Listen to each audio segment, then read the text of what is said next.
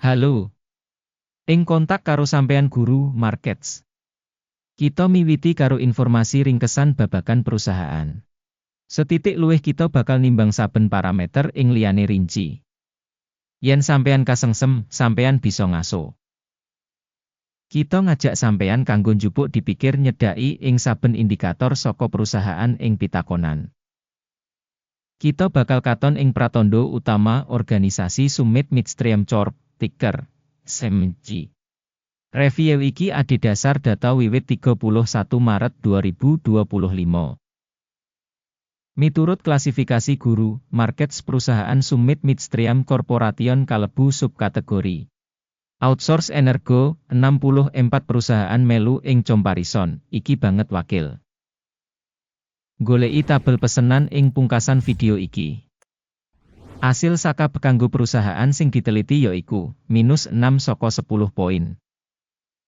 Skor rata-rata kanggo subkategori punika 1,7 terms. Yen katon banget wiyar ing pasar saham as ing agregat. Kita bisa wigati sing skor rata-rata kanggo kabeh pasar ing total 1,9 terms. Marang skor -6 terms kanggo perusahaan Summit Midstream Corp.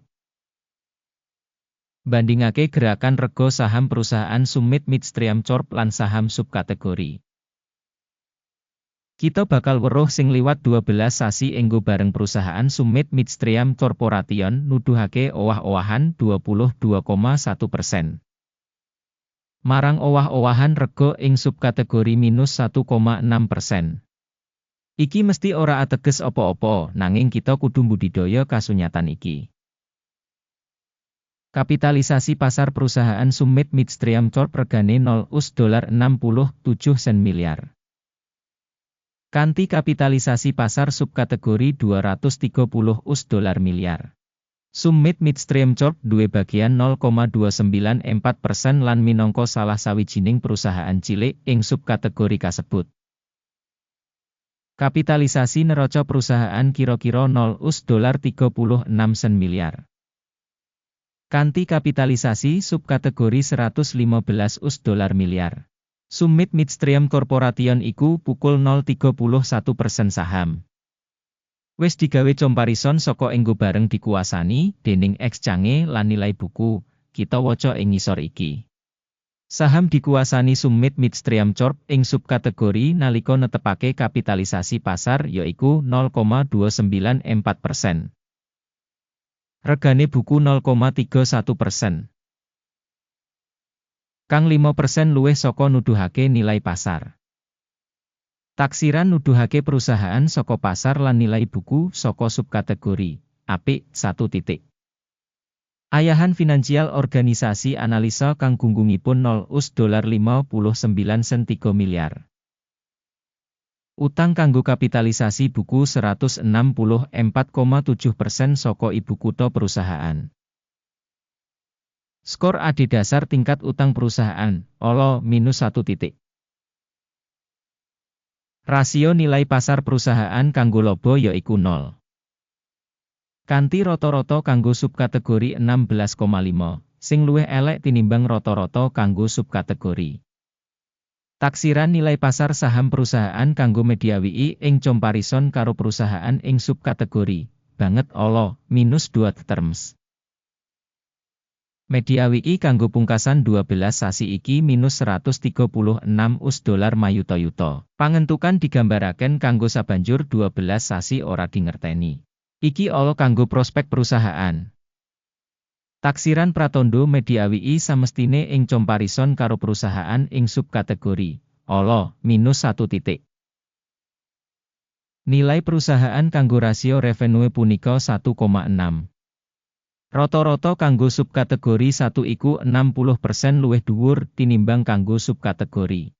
Taksiran rega pasar perusahaan kanggo indikator revenue dibandingake karo pratandha perusahaan ing subkategori tolerable -0,5 terms. Revenue kanggo pungkasan 12 sasi ana $430 mayuta-yuta. Revenue maju kanggo sabanjur 12 sasi ora dingerteni. Kang kanggo prospek perusahaan. Taksiran indikator dodolan mangsa ngarep dibandingake karo indikator perusahaan ing subkategori ala -1 poin. Wates -31,6%, karo rata-rata kanggo subkategori 5,9%. Prabdan antarane rata-rata subkategori lan kinerja perusahaan punika 37,5%.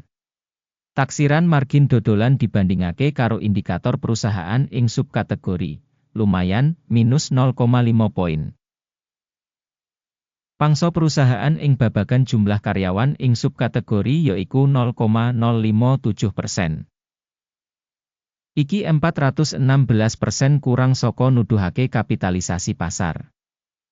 Lan iki nggambarake ora seimbang karo nilai tukar perusahaan saiki Summit Midstream Corp tinimbang menyang revaluasi. Jumlah ibu kutha, saben karyawan perusahaan 2.479.000 dolar. Lan ing subkategori ana 485.000 dolar. Prabdan antarane rata-rata subkategori lan kinerja perusahaan punika 411,1%.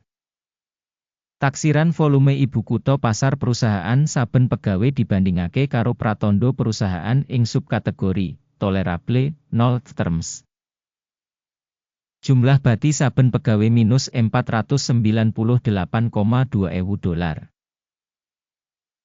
Kanthi rata-rata kanggo subkategori 29,3 ewu dolar.